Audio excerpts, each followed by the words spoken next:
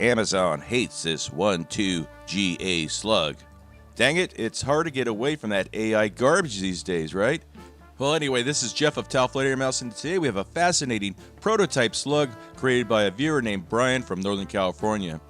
Now, this is a pretty large and heavy slug coming in at 1.11 ounces. And what makes this particularly unusual is it is full of neodymium magnets. Those are not BBs. And there are 56 of those inside there. But that's not all. Between the rows of magnets are 7 roll pins. And hopefully those will turn into little flechettes upon impact. And then we have a 1/2 ounce steel penetrator core in the center. And that's all encased in a glass-like resin with a kind of a hollow point nose. That's a whole lot of components, and these look like they were a pain in the butt to make. But thank you, Brian, for your effort. Now, will the Magneto slugs be able to survive the over 10,000 psi barrel pressure, the 1,500 feet per second speed, that's about 1,000 miles per hour, and the 30,000 RPM rotational speed? So there's a lot of forces applied to this thing that may cause it to break up before it even leaves the barrel. And I have some doubts about that so-called hollow point on the nose actually causing it to expand when it hits soft targets. To make this all work and work safely, we have to have a set of tolerances. And I measured these slugs and they were about 10 thousandths of an inch too small. Now, if I just left these the way they are, there's a good chance they wouldn't get the proper spin because the interference fit in the barrel would just be too sloppy. So what I did, I bulked them up a little bit using some aluminum tape at the very base of it. It's kind of like a rifling band that just ensures that we have a really, really tight fit. And this is what it looks like in the shell. We have long shot powder, an X12X gas seal that acts like a piston, a thin cork wad, which gives it a little bit of cushioning, and then we have the discarding sabots. You could think of the sabots as working like brake shoes. They clamp around the slug as it travels down the barrel, and they transfer the spin from the rifling to the slug. Again, if the fit is too loose and we don't get 100% lockup in the milliseconds it's traveling down the barrel, well, the slug comes out spinning at only 1,000 RPM or less, and we don't have complete stability. And if the fit is too tight, well, I don't have to tell you what could possibly happen. And this is what our finished shell looks like. It looks pretty good, but as you know, there's a lot of things that can go wrong if we forgot a crucial step. Let's head out and test these things now. Hey guys, today I'm Zach, tomorrow I'm whoever you want to be. Today we're going to be shooting the Magneto by Brian, and Jeff already went over everything with it, but we're going to be shooting the lead plate first. Yeah, we're at 20 yards and we'll see how this sucker performs. Okay, we're going to take a test shot just to see if our double, look at that, double red dot. You know what that means, Zach? I don't know what that means. It means it's double accurate. And double the range? You could double the range. Perfect. Yeah, it's in stereo too. So, yeah, we've got the back one turned off. We got the front, the new one, that O-Sight X. We're gonna see how that holds. But we want to see if we're zeroed or not. So we're just gonna shoot a Foster slug through there. Yep. At 20 yards. See if we're in the ballpark here.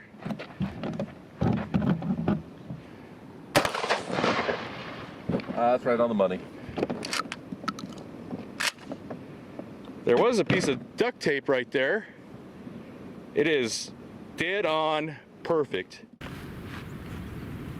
Well, we know the gun's sighted in for a Foster slug. I don't know where these are gonna go. We're gonna find out. If you can hit that plate, that's gonna be a good day. I'm ready.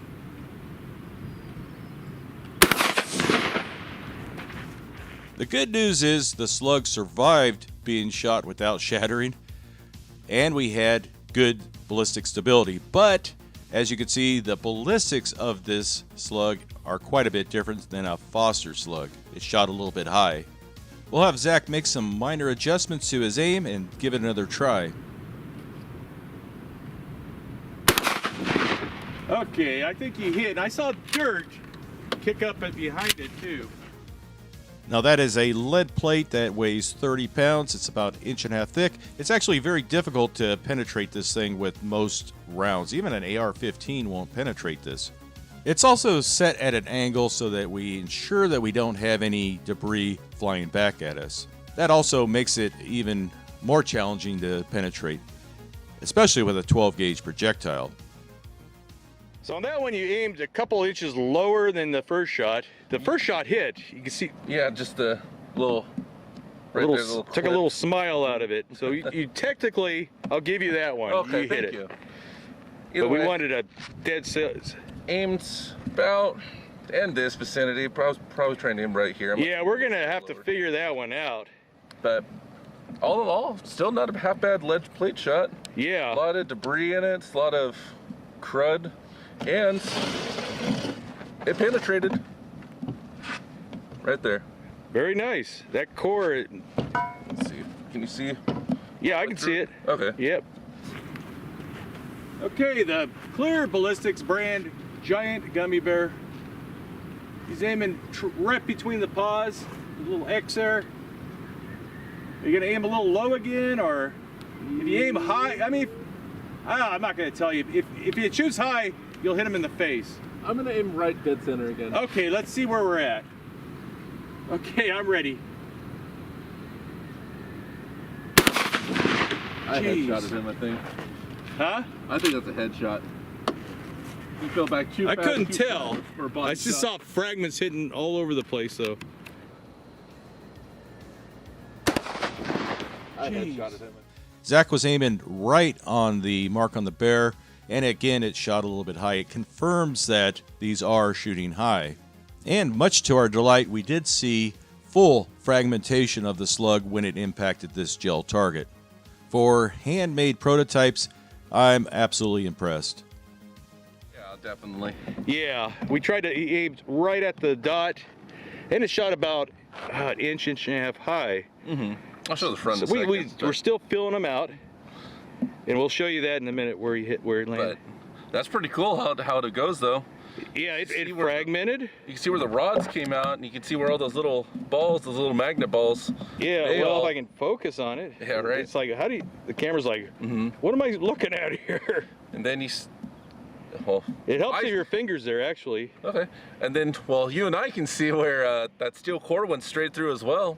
Yeah, It's yeah. actually really, really cool little, if you're going by defense rounds, you kind of get the best of everything. You get, This is like the kitchen sink round. Yeah, It's got so exactly. much garbage in there that something's gonna do something. you got the little balls for birdshot. Those little roll pins are pretty good little, replacement for buckshot. And of course, you got your slug dead in the middle with that steel core. Yeah, and then you got the resin, which is like Yeah. broken glass. It's like, okay, I'll flip her around and see. That's where I was aiming. That's where I hit. Yeah. So again, that's closer to 2 inches and 1.5 inches, I guess. Don't know if you can see the. Kind of. There's a weird shape there that. I don't know if my finger helps again, but. Not really. But yeah, I'm happy we got some fragmentation going on there. I wasn't sure with that kind of a limited hollow point cavity in the front, which it's almost a flat nose. Yeah. If that was going to be enough to initiate the expansion, so I'm looking hopeful about these things for sure. Yeah. Okay, the wet magazines. This should be very revealing, I believe. Okay, the warning signal is beeping. That means it's time to shoot, Zach. Okay, fire! I'm aiming bottom center. Okay. That was pretty centered.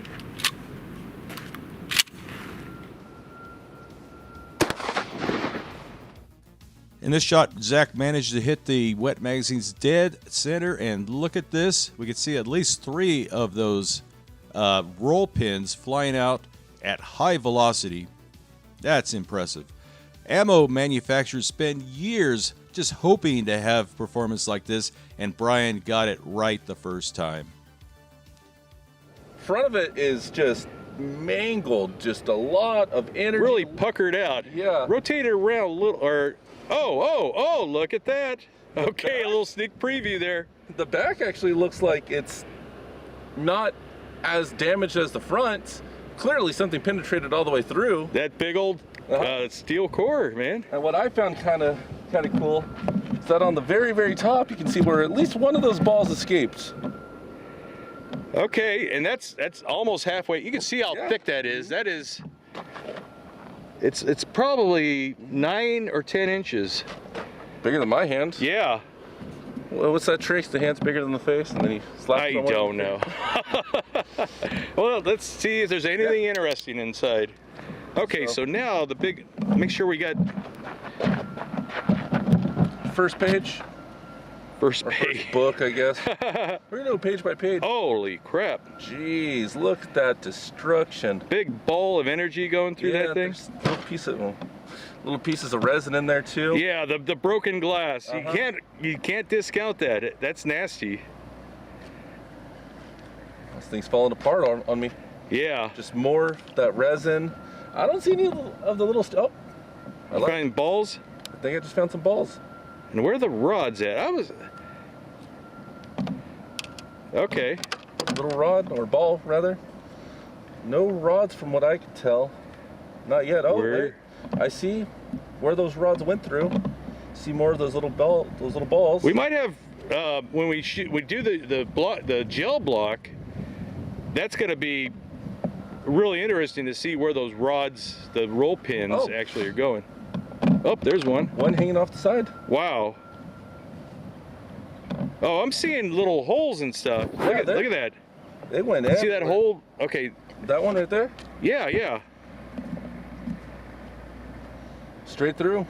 Wow, and that's kind of what we want. Okay, so yeah, again, I was worried about getting the proper expansion to cause those to break apart and spread apart. So when we do the gel block, that's going to be, it's going to absolutely wreck that block of gel. Absolutely. With all the debris in there, and I can never get all that clear stuff out of there for some reason when I recast them. It's like invisible in there. Mm-hmm. Oh, actually, I can see some holes in the table where either the rods from this shot or last shot. Okay, we're gonna erase the data on this hard drive. Anytime you're ready. Nice. Another nice shot by Zach, nearly hitting the center of this little computer hard drive. Thank you, Michael S., for sending us some hard drives to shoot. We really appreciate it. Now, I'm not sure if those orange specks are sparks or just pieces of copper winding. Probably the copper. Oh, it's rubbing off on you, man. I think Greg's gonna be back this month. I think. Oh. Speaking of finger wiggles. All your people that say they're not watching me will finally be able to watch your video again. Yeah. I mean, imagine being, that selective about videos you watch. They're just watching it because of Greg. They don't give a rat's ass about what we're doing. Doesn't Greg have a channel? He has a channel. They should be watching it. Yeah, that's weird. Yeah, it's called OG's Danger Show. Got it at a pretty good angle so it doesn't come flying back at us. I don't know what's coming. We got the magnet balls or whatever. So, okay, I think I'm ready. All right. Oh.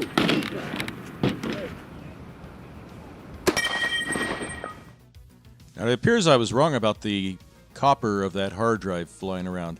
In this shot, we could clearly see that there's no copper, and we see all the orange sparks, which are probably the neodymium magnets that are just being shattered when it hits this plate. Now, this aluminum plate would probably require an armor-piercing round to penetrate it. We have never shot through it with a 12-gauge slug.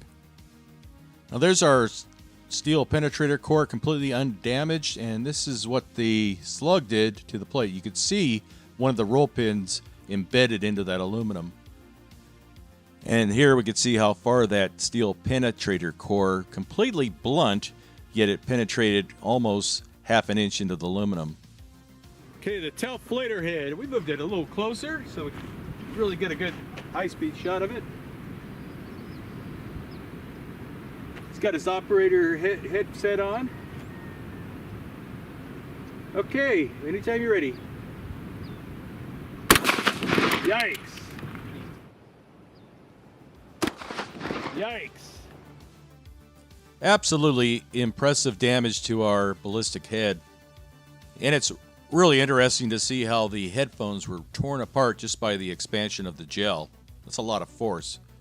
Now the slug obviously fragmented inside the head, and it turned that head into a shower head, more or less. Look at all those exit wounds. And here we can see one of the sabos flipping around in the air. That would probably bruise you if it hit you. See, but there are some roll pins down there, or at least I see one. And you might actually be able to see through the camera, there's some steel balls or some of those magnets still in the back of the head. So that had those, I didn't think those would penetrate very far, but that's pretty impressive. Yeah, no, this is probably 5 or 6 inches of just penetration just from those. Yeah, this slug's been and really, then really rotate cool. around, and we'll try to get that good light pattern to show how the slug broke apart. Keep rotating it. Hopefully, yeah, I could see it right there. The lights, just a ton of fragments that came out of that thing. Wow. But I have faith in you. Okay, I'm ready. Good energy dump.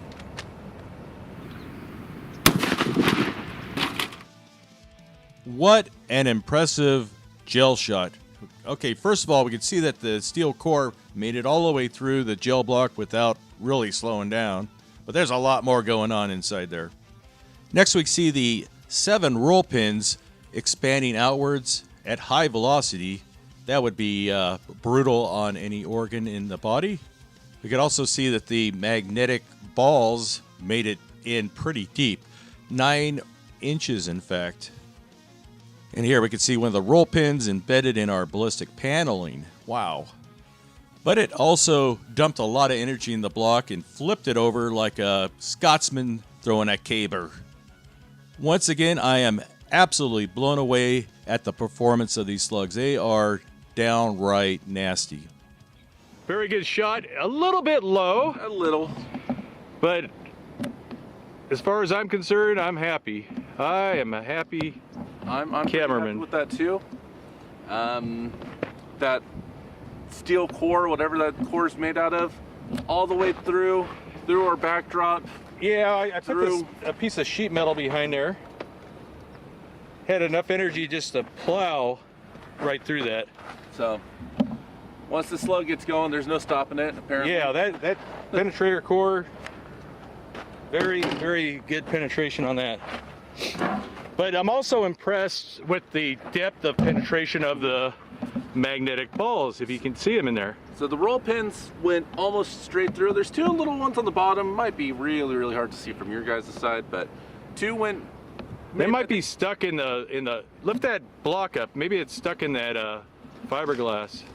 No. No. Oh, actually, hold on.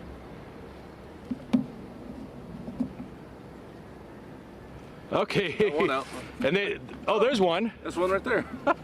Yeah. Okay. So since you shot it a little bit low, a lot of those things had a lot of energy still, and penetrated the fiberglass anti-table destruction pad. Right. The actual little BB magnet things, the main groupings at 7 to 8 inches, but some of them did make all the way up to 9, even 9.5, almost 10 inches through the block. That's absolutely insane for those little tiny things. That was good, because they're not particularly heavy. They're not made out of lead. They're neodymium magnets. How do you say it? Say it 3 times fast. Oh, I can't even say it 1 time slow. But yeah, that is one nasty wound cavity. It's like a bomb went off in there. Should have called these the cluster bomb. Oh, there you go. Yeah. We thought of everything. The kitchen sink for this slug name, the cluster bomb. Oh, whatever. Magneto's still the coolest. Yeah, people are gonna say that's not a Magneto. That's the name of it. You gotta have a cool name. These are actually based off of, you know, Magneto edition or X-Men edition 87 when they fought the Fantastic Four. Okay, nerd. Someone's gonna get on me. I made that up. Oh, okay, that's good. I love you even more now. But that is just fantastic. Definitely deep enough to hit every vital in there. And then you got the magnets. What's going on with those magnets? You know, you don't want neodymium magnets inside your body. I would rather have steel shot or lead shot in me than neodymium magnets. That, yeah, that's true. you know those horror stories of kids eating them. You know, and they have to get surgery to get the magnets out. Just imagine going to a CT scan after this and just yeah. That'd be Oh nuts. boy. Fantastic. That I knew that would tear that block up pretty good. That's going to be fun cleaning that one out, the recast, I'll tell you that. Jeez. Good job, Brian. Shut up.